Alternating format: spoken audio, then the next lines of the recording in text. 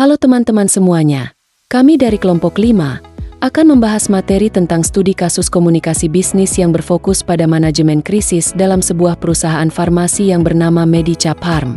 Sebelum kita lanjut ke pembahasan materinya, kami akan memperkenalkan kelompok kami yang beranggotakan 3 orang, di antaranya. Yang pertama ada Dini Indria Zahira dengan NIM 2092341. Lalu yang kedua ada Fayad Zabihullah dengan NIM 2092346. Dan yang ketiga ada Heni Rahayu dengan NIM 2092349. Oke teman-teman, kita langsung saja ke pembahasannya ya. Selamat menonton. Manajemen krisis adalah serangkaian langkah strategis yang diambil oleh organisasi untuk mengidentifikasi, menilai, dan menanggapi kejadian tak terduga yang berpotensi merugikan operasional, reputasi, atau kelangsungan bisnis. Proses ini melibatkan persiapan sebelum krisis terjadi, respons saat krisis berlangsung, dan pemulihan pasca krisis. Tujuannya adalah untuk meminimalkan dampak negatif dan memastikan organisasi dapat kembali beroperasi secara normal secepat mungkin. Medicap Pharm adalah sebuah perusahaan farmasi terkemuka yang selama ini dikenal dengan reputasi baik dalam menghasilkan produk-produk berkualitas tinggi, kini tengah menghadapi krisis besar. Salah satu obat terbaru mereka, yang baru saja diluncurkan dengan harapan besar untuk memberikan solusi kesehatan bagi banyak orang, ditemukan memiliki efek samping yang membahayakan. Berita tentang efek samping berbahaya dari obat terbaru Medicap Pharm dengan cepat menyebar melalui berbagai saluran media, termasuk media sosial dan situs berita.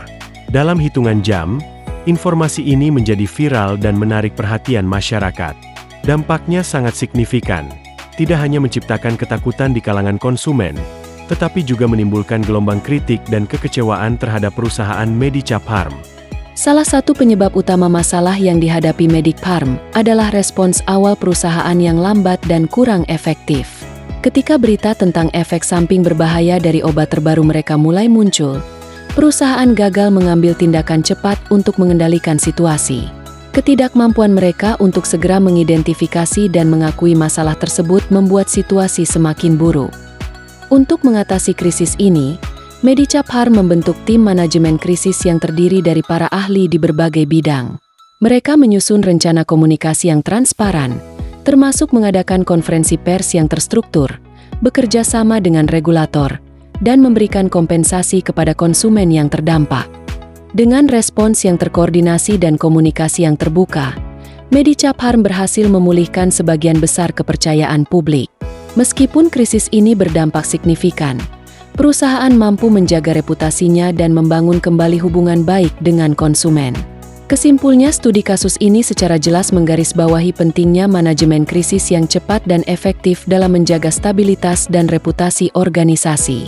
Ketika sebuah perusahaan menghadapi krisis, terutama yang melibatkan keselamatan konsumen seperti yang dialami Medicap Pharm, respons yang lambat atau tidak terkoordinasi dapat memperburuk situasi dan menimbulkan kerugian yang lebih besar. Demikianlah akhir dari studi kasus komunikasi bisnis kali ini. Terima kasih.